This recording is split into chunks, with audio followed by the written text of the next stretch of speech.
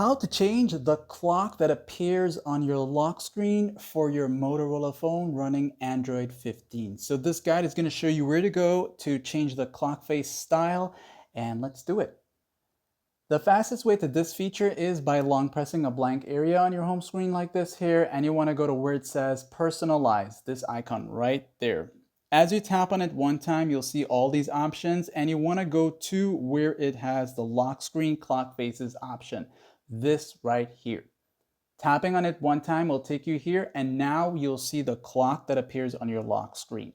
Tap on it a second time like this here, and you will see these options. There's not much to choose from, but if you want something a bit different, you can go with these options here.